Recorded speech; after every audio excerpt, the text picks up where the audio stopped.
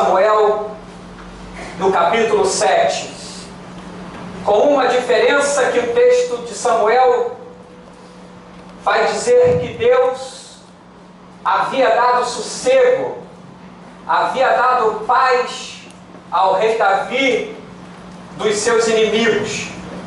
Era um momento de calmaria, era um momento de tranquilidade, era um momento de paz para o reino de Israel. Mas, a despeito desta paz vivida por Davi, desta tranquilidade que Deus o havia dado, havia uma certa inquietação no coração de Davi, um desconforto no seu coração, no que se refere à Arca da Aliança. Porque Davi olhava a sua situação, percebia o que Deus havia feito por ele, onde ele morava, observava a glória do seu reino, seu palácio, sua casa, e fazia uma comparação com o lugar da habitação da Arca da Aliança, a Arca de Deus. Talvez alguém pergunte: Eduardo, por que esta preocupação da parte do rei Davi por uma caixa de madeira? Por que tanta preocupação por isso? Se você voltar às páginas da sua Bíblia e for lá no momento em que Moisés sobe ao Sinai, em que Deus começa a dar a Moisés a planta do templo e mostrar ali a Moisés como ele deveria construir as peças do tabernáculo, percebe que Deus vai começar justamente pela Arca da Aliança, mostrando a sua importância. A Arca da Aliança, ela representava a presença de Deus no meio do seu povo. Era um lugar onde Deus se manifestava. Para que você entenda bem isto, quando Israel foi à guerra com os filisteus, a guerra, eles perderam esta guerra para os filisteus e a arca foi tomada. Um daqueles que estava na peleja, na guerra, ele volta até onde o sacerdote Eli estava, e quando ele chega, houve um grito, uma gritaria no meio do povo, e o sacerdote Eli se alertou e ficou preocupado, porque ele se lembrou da Arca da Aliança. Aquele viajante, ele se aproxima do sacerdote Eli, e quando o sacerdote Eli pergunta a ele o que aconteceu, observe, o viajante vai dizer para o sacerdote Eli: olha, os seus 2 filhos morreram, Ofni e Finéias morreram, mas o que causou impacto naquele sacerdote foi quando o viajante disse: olha, a arca foi tomada pelos filisteus. Quando o sacerdote ouviu aquela notícia, diz que ele caiu, quebrou o seu pescoço e ali morreu. Tamanha a importância da Arca da Aliança. Por isso, quando Davi olhou para a sua situação e viu onde a Arca da Aliança estava hospedada, porque a arca representava Deus, era Deus presente no meio do seu povo, Davi pensou consigo mesmo: ora, Deus não pode ficar em qualquer lugar, Deus não pode ficar numa habitação qualquer, é preciso fazer alguma coisa. Aí surge uma ideia no coração de Davi, surge um plano no coração de Davi, e Davi agora vai compartilhar esta ideia com o profeta Natã. Davi mandou chamar o profeta Natã, que se apresentou a ele começou a repartir com Natã: olha, Natã, me veio uma ideia, eu tenho um plano, você já viu o que aconteceu comigo, olha a glória do meu reino, olha o meu palácio, olha tudo que Deus fez por mim, olha a grandeza, tudo isso foi Deus que fez por mim, foi Deus que fez pelo povo de Israel. Agora, Natã, você já percebeu aonde a Arca da Aliança habita? Você viu que ela habita numa tenda. Me veio uma ideia, e eu sinto até que é de Deus, Natã, de eu construir um templo, um lugar pomposo, para poder poder hospedar a arca da aliança. Quando Natã ouviu este relato da parte de Davi, qual foi a resposta de Natã? Ah, Davi, pode construir, com certeza Deus está neste negócio. Mas a Bíblia diz que Natã foi para a sua casa e vem Deus e começou a incomodar o profeta e a dizer: olha, você falou para Davi que ele podia construir, mas não é o meu plano para a vida de Davi. Vai lá e diz que não será ele que construirá um templo para a habitação da minha arca. Veja, que negócio difícil de se entender. Davi estava simplesmente querendo honrar a Deus. Davi estava querendo fazer algo para agradar a Deus. Davi estava querendo fazer algo para glorificar o nome de Deus. Mas independente de todo esse desejo bom de Davi, Davi recebeu um não da parte de Deus.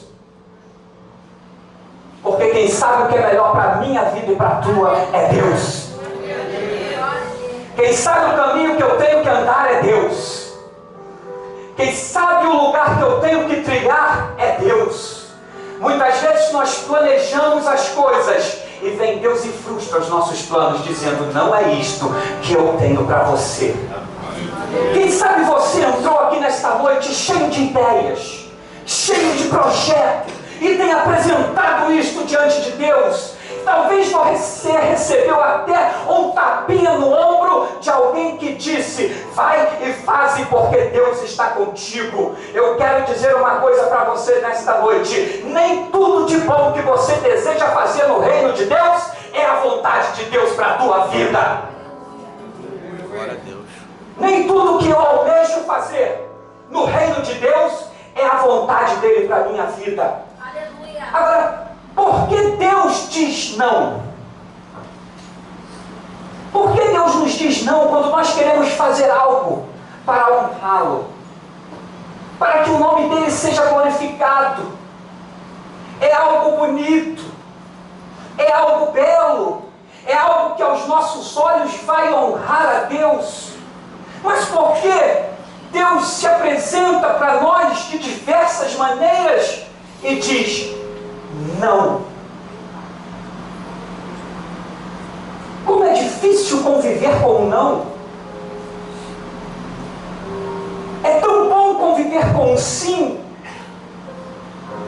Nós temos Deus como nosso Pai, e nós achamos que todas as vezes que colocarmos o joelho no chão, Deus estará atendendo aquilo que estaremos pedindo a Ele. Porque Ele é Pai. E a gente espera que o Pai diga sim. Aí vem Deus e diz não. Por que Deus diz este não? Você já parou para refletir por que Deus tem te dito não em alguma área da sua vida? Porque Deus se apresenta às vezes de uma forma que nos deixa triste diante de sua resposta. E é sobre isso que eu quero pregar nesta noite. Aleluia. Sobre o Deus que diz não.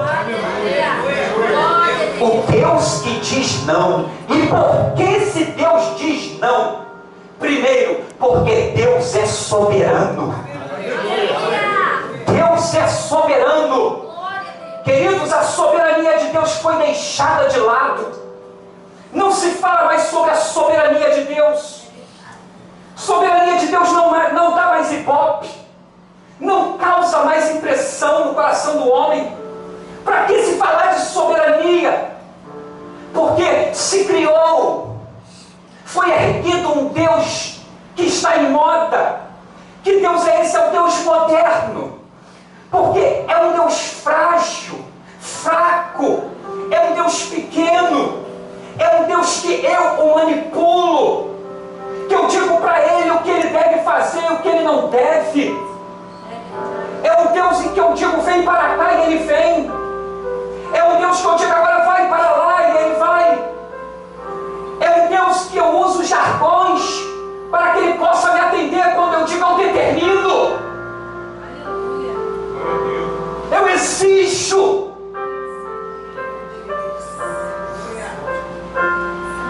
A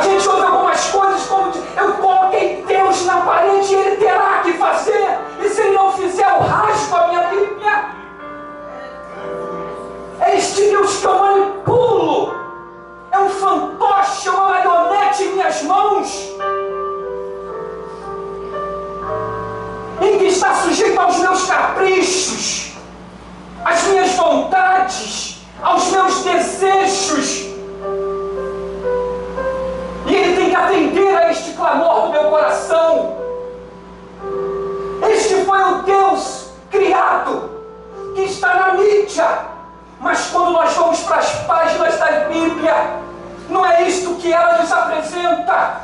Ela nos apresenta um Deus poderoso, um Deus que tem vontade própria, um Deus que sabe o que quer, um Deus que tem uma direção para a nossa vida.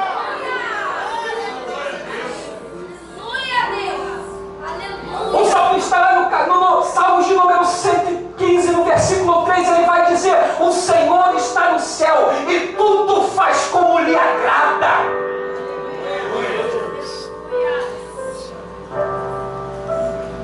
Deus disse para Moisés: olha, tu não entrarás na terra prometida.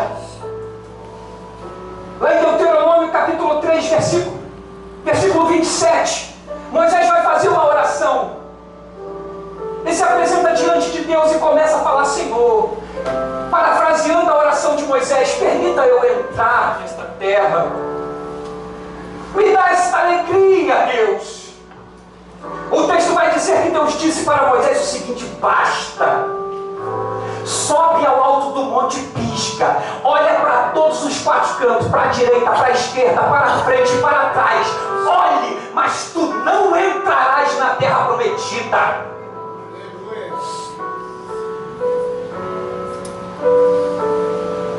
Paulo, em sua carta lá em Coríntios, vai dizer, capítulo 9, que ele por 3 vezes orou, pedindo a Deus que tirasse o espinho de sua carne.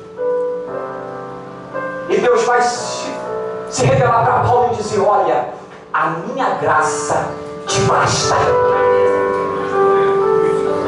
Veja que é um Deus que tem autonomia.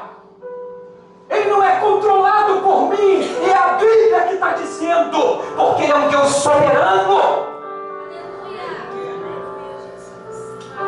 Você consegue compreender isto? Esta soberania da parte de Deus? Você consegue entender este Deus soberano que controla a sua vida? Que vai ditar o rumo dela? Você consegue aceitar isso? Ele não é um Deus tirano, mas a soberania de Deus tem propósito para a minha e para a sua vida. Há um caminho traçado de bênção e de vitória para nós. O problema é que nós não conseguimos entender os propósitos de Deus para a nossa vida. E começamos a questionar o Criador. Somos o caco, a obra de suas mãos, questionando: por que tu fazes isto? Por que tu ages desta forma? Não queremos aceitar a ação de Deus na nossa vida. E eu quero te convidar nesta noite, meu querido, a independente da tua situação, porque eu não te conheço, mas Deus te conhece. Continue acreditando que a tua vitória vai chegar, independente da tua situação, porque Deus está no controle da tua vida. Eu não consigo entender, irmãos. É por isso que o apóstolo Paulo, lá em sua carta aos Coríntios, lá no capítulo 11, ele vai dizer: ó, com profundidade, inescrutáveis, profundo demais. Deus é profundo demais, que eu não consigo entender. Como é que um Deus que me faz promessas, agora Ele permite que eu esteja passando por uma situação como esta? Ele é soberano, lembre-se disso.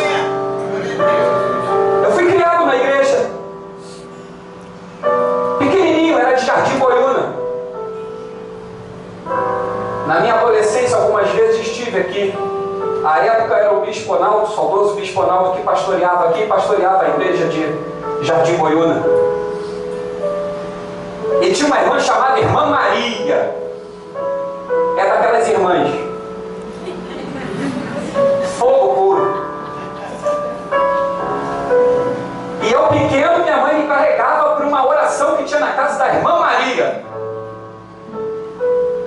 Já viu criança não quer ir para a oração, criança quer jogar a bola de gude.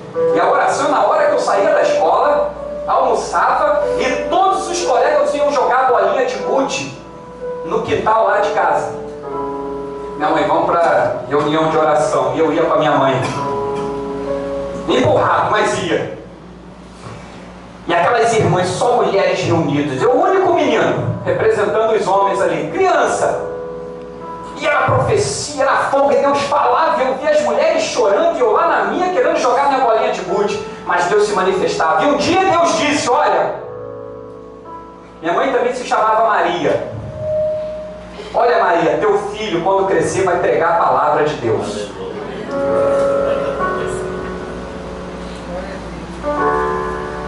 Recebi aquela palavra porque ela foi se perpetuando, foi se repetindo várias e várias vezes. Está dando microfonia, eu não sei se sou eu. Mas aquela profecia, vez ou outra, voltava Deus usando. Eis que te digo, como falou contigo.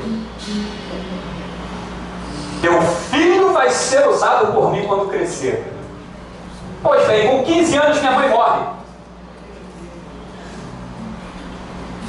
15 anos minha mãe morre. Meu pai era meio convertido, se é que existe isso. Mas ele ia à igreja. Ele ia à igreja. Quando minha mãe morreu, eu sou filho único. Morava ali onde é a igreja de Mananciais hoje, pastor João Batista. Presbítero Diocleciano. Minha casinha era ali. Passou o quê? 2, 3 dias após o enterro de minha mãe, meu pai sumiu. Sumiu. 15 anos de idade. Pelo menos, a minha época eu não sabia fazer arroz. Até hoje eu não sei fazer, mas naquela época então era pior ainda. Meu pai some. Desaparece. A única comida que tinha na despensa era açúcar e farinha. Passei 15 dias comendo açúcar e farinha. Quando chegava na igreja, os adolescentes, companheiro, cadê seu pai? Eu falava, não, meu pai está resolvendo, com vergonha. Não, meu pai está resolvendo um problema aí, mas ele sabe o que está acontecendo, está tudo tranquilo, fica tranquilo, está aí. Mas só Deus sabe o que eu estava passando.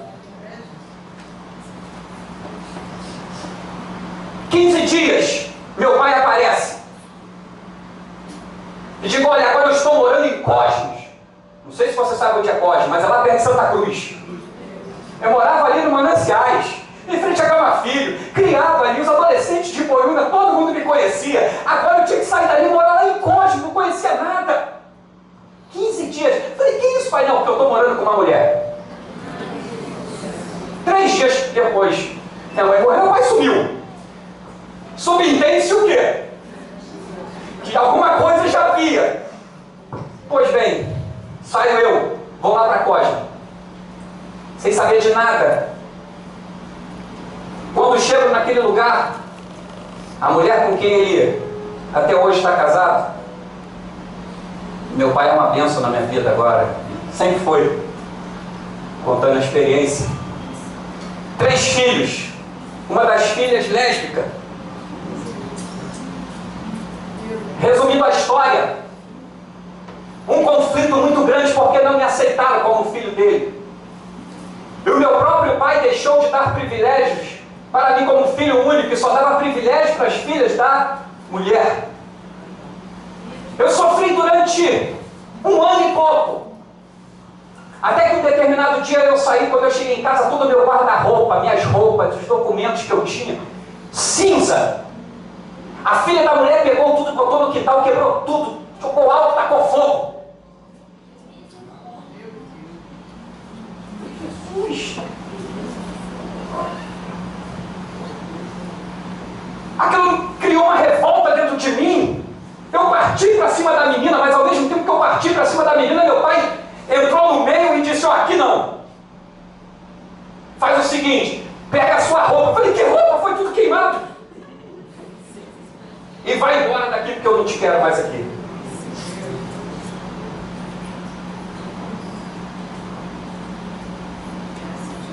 E sabe como que é criado filho único? Enquanto minha mãe estava viva, a irmã abraçou ali, nada a ver, né? Meu pai disse para mim, olha, vai embora, porque você não vai atrapalhar a minha vida. Eu queria saber onde eu estava atrapalhando a vida do meu pai.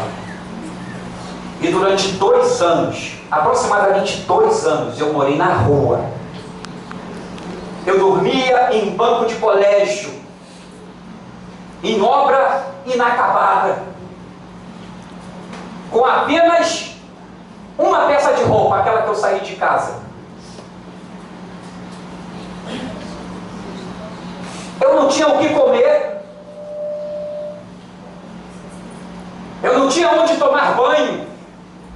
Aquela roupa que está limpa começou a se sujar, a ter mau cheiro.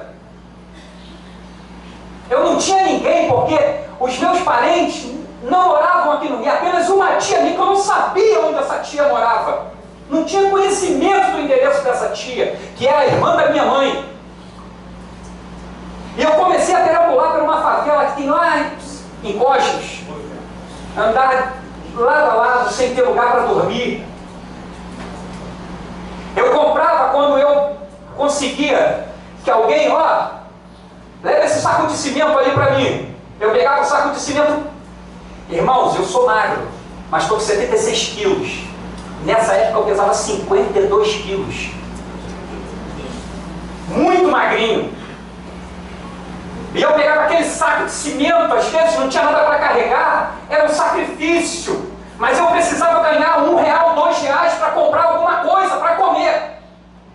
Porque quando eu ia até a casa do meu pai, eu dizia assim: pai, eu estou há semanas sem saber o que é um prato de arroz, um pãozinho, me dá um arroz com ovo aí. Ele falava que assim: vai embora, porque a filha da mulher está aí, eu não quero arrumar problema para mim. Então, com aquele R$1, R$2 que eu ganhava, eu comprava bala Juquinha. Sabe, bala Juquinha, aquela?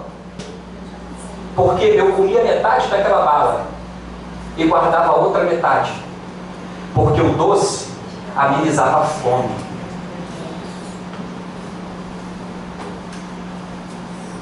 E nessas noites que eu passava de frio, de chuva, num lugar que só a graça de Deus, eu olhava para aquilo que Deus havia me prometido lá atrás e eu falava: onde o Senhor está que deixou isso acontecer comigo?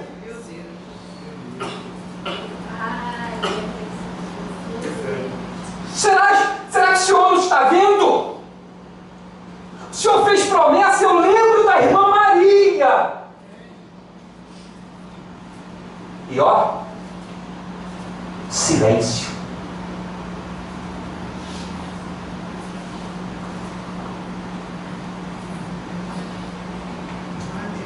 A gente diz que Deus está no controle da nossa vida, mas na prática isso é tão difícil.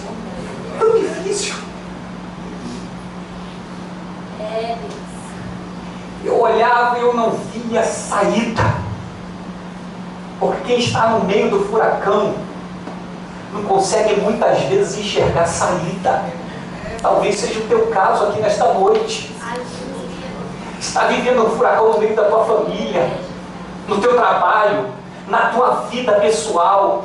Um furacão interior que ninguém sabe, mas Deus sabe. E não consegue enxergar uma saída para aquilo que aos teus olhos é um caos. Mas um determinado dia, quase 2 anos, essa tia que eu não tinha contato com ela, não sabia onde ela morava, não tinha contato com ela, ela conseguiu o telefone do meu pai e ligou para o meu pai. Mas ligou não para saber do meu pai, para saber de mim. E ela chegou para o meu pai e falou: Antônio, onde está o Eduardo? E o Eduardo aí contou a história para minha tia. Minha tia ficou brava. Procura o teu filho aonde ele estiver e manda ele vir morar comigo, porque eu vou dar casa, roupa e comida para ele. Eu não tenho tempo, eu estou resumindo a história, mas eu sei que da casa da minha tia em diante, Deus mudou a minha história. Sabe por quê? Em todo este tempo, mesmo eu passando por privações, Deus estava cuidando da minha vida. Quantas oportunidades eu tive no tráfico? Quantas oportunidades oportunidades me foram oferecidas, deixa de ser bobo, sai dessa. Mas eu mesmo padecendo ali, eu cria na promessa feita por Deus lá atrás. E é isso que eu quero te pedir nesta noite, meu querido. Independente da tua situação, continue crendo na promessa que Deus te fez. Continue crendo naquilo que Deus falou que vai fazer na tua vida.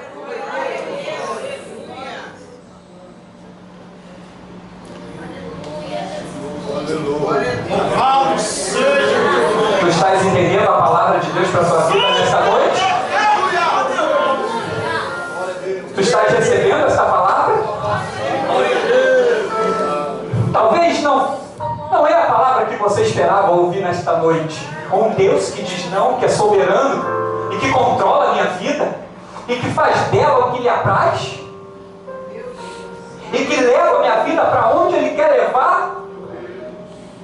As experiências que eu vivi no passado, elas são benéficas no meu presente, porque eu sei de onde Deus me tirou, eu sei o que Deus fez por mim. Eu glorifico a este Deus soberano que conduziu a minha vida, que me guiou em seu caminho e que disse: tu irás passar por este momento, por esta moenda, eu vou te espremer, eu vou te amassar, mas vai sair azeite daí, vai sair azeite daí.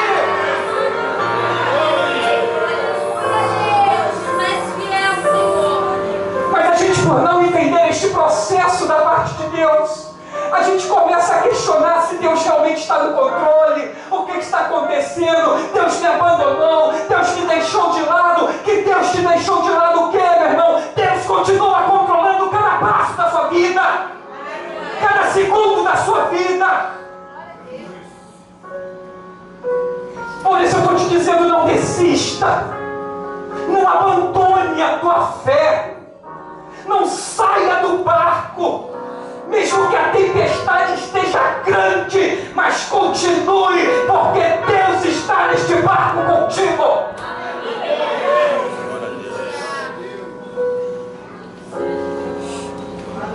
Você acredita nisso? Deus transformou a minha vida. Deus me deu uma esposa. Deus me deu uma casa. Eu não tinha dinheiro para nada. Deus falou: eu estou preparando tudo para você, Eduardo. Me deu um sogro e uma sogra abençoados. Quando eu casei, compraram um apartamento, 0 bala. Falou: é teu. Eu falei: Jesus, que é isso?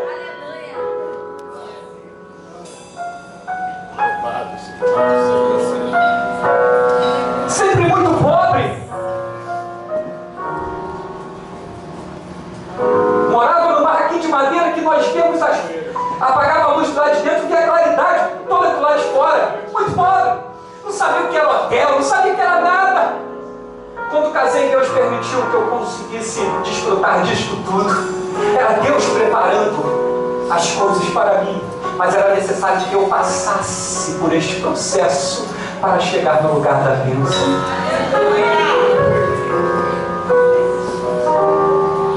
Viajei para o Rio Grande do Sul, tudo pago pela empresa, hotel, melhor, tudo pago. Falei: Senhor, muito obrigado. Olha o que tu estás fazendo na minha vida, Senhor. O que é isso? Quando nós não desistimos e acreditamos naquilo que Deus tem para a nossa vida, Ele nos honra.